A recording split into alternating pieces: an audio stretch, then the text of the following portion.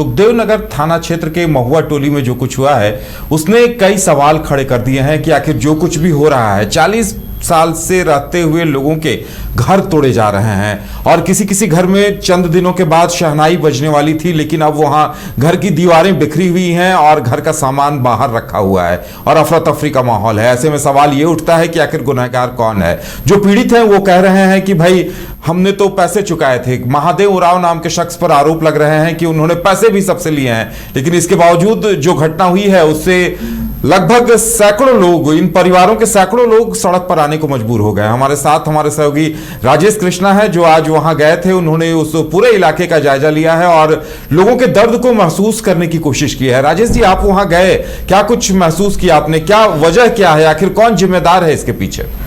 देखिए उदय जी, जिस तरह का दृश्य वहाँ देखने को मिला वो काफ़ी हृदय विदारक है। आप जानते हैं कि किसी का भी आशियाना टूट जाए, उसके मेहनत का खून पसीने की कमाई लगी हुई है, तो निश्चित तौर पे किसी का भी आशियाना टूटना ये बहुत ही हृदय विदारक घटना है। दूसरी बात, जो इसमें जो बातें हैं, जिस तरह से चीज़ें डेवलप हुई हैं वो बहुत ही चिंताजनक है राज्य के विषय को लेकर के, क्योंकि हमारी बात जो वहाँ पे कुछ बुजुर्ग लोगों से, स्थानीय लोगों से और मिली जुली जो मैंने जानने की कोशिश की कि इस मसले का मूल क्या है, तो इस मसले का मूल जो है फिर से एक बार झारखंड को किसी न किसी संदेह के घेरे में डाल रहा है, क्योंकि यहाँ पर जिस भावना के साथ CNT एक्ट को बनाया गया था उसके दुरुपयोग के भी मामले हैं। लगभग ये जो मामला प्रकाश में आया है, जिस तरह के हाई कोर्ट ने आदेश दिया कि इस तोड़ने घर को त्वरित रूप से तोड़ दिया जाए, इसमें सरकार और पुलिस की इकबाल की भी बात है कि आप लोगों के संरक्षण और सुरक्षा देने के लिए हैं, तो क्या इतनी कम समय में उनके घर को तोड़ दिए जाए। प्लस जो ये मुद्दा है, ऐसा मुद्दा लगभग 4000 से ऊपर कोर्ट में है, और कोर्ट में तो वो मुद्दे हैं जो CNT जमीन में जो बेईमानी और धोखाधड़ी और दलाली और बेचने के 2 जन बेच दिया, 4 जन बेच दिया, ऐसे मामले हैं। वैसे ही मामले नहीं, वैसे भी 10,000 20,000 मामले हैं। हर तीसरा मामला जमीन का, जो आदिवासी जमीन का है, वो विवादित है, जो प्रकाश में नहीं है। तो क्या 4000 जो कानून में जो इस तरह के मामले हैं, क्या सब पर ऐसा फैसला करेगी? क्या जो लोग अपने पैसे चुका करके जो घर बनाकर इतने वर्षों से रह रहे, क्या उन सबको तोड़ करके हटा दिया जाएगा? तो इस तरह की तमाम बातें जो हैं लोगों को जेहन में और मन में आ गई हैं और लोग इस पर तरह तरह की बातें हो रही हैं। और अब ये देखने वाली बात होगी कि सरकार, अदालत ने तो कानून का पालन करवाया कि भाई भूइंहरी जमीन है तो भूइंहरी जमीन हस्तांतरित नहीं हो सकती, रजिस्ट्री नहीं हो सकती, लेकिन अदालत को या प्रशासन को यह भी देखना पड़ेगा कि उस जमीन के एवज में अगर मोटी रकम ली गई है और उसके सबूत हैं, चेक की फोटोकॉपी है, तो जिन्होंने पैसे लिए हैं उन पर भी कार्रवाई होनी चाहिए या अदालती आदेश पर वो पैसे भी वसूले जाने चाहिए। जी बिल्कुल, लोगों का कहना भी यही है, जनभावना भी यही है कि मान के चलिए अगर कानून का दुरुपयोग हुआ तो इस पक्ष की भी जांच होनी चाहिए कि अगर कानून का दुरुपयोग हुआ है तो उसको दुरुपयोग करने वाले को दंड मिले। अगर किसी को बेईमानी से आदिवासी जमीन बेच दी गई तो कैसे सौदा हुआ, इस पर भी सवाल उठता है।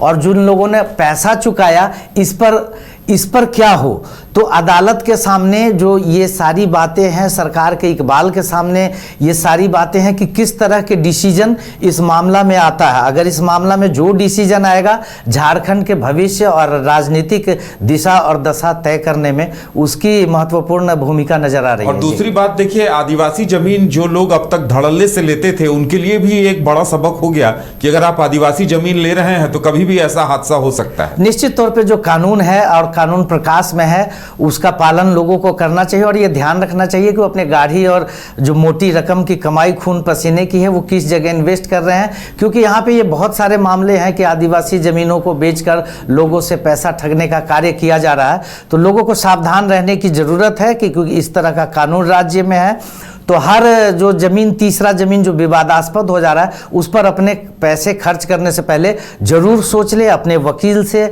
जरूर कानूनी सलाह ले, जमीन के दस्तावेजों की साफ जांच करा ले, तभी आगे अपने पैसे को इन्वेस्ट करें, ये आपके हित में रहेगा।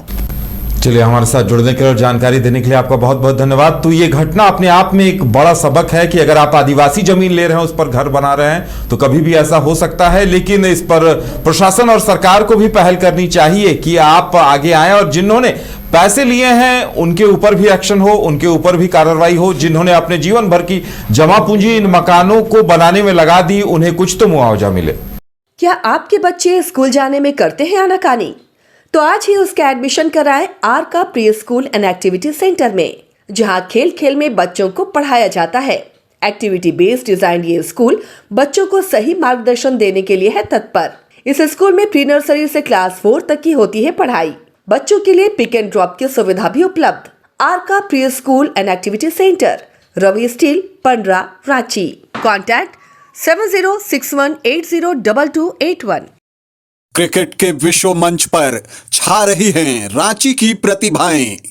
इन प्रतिभाओं को संवार रहा है जेके इंटरनेशनल क्रिकेट एकेडमी। अनुभवी कोच की देखरेख, सुविधाओं से लैस जेके क्रिकेट एकेडमी अनुशासन और आत्मविश्वास का विश्वास भरा सफर।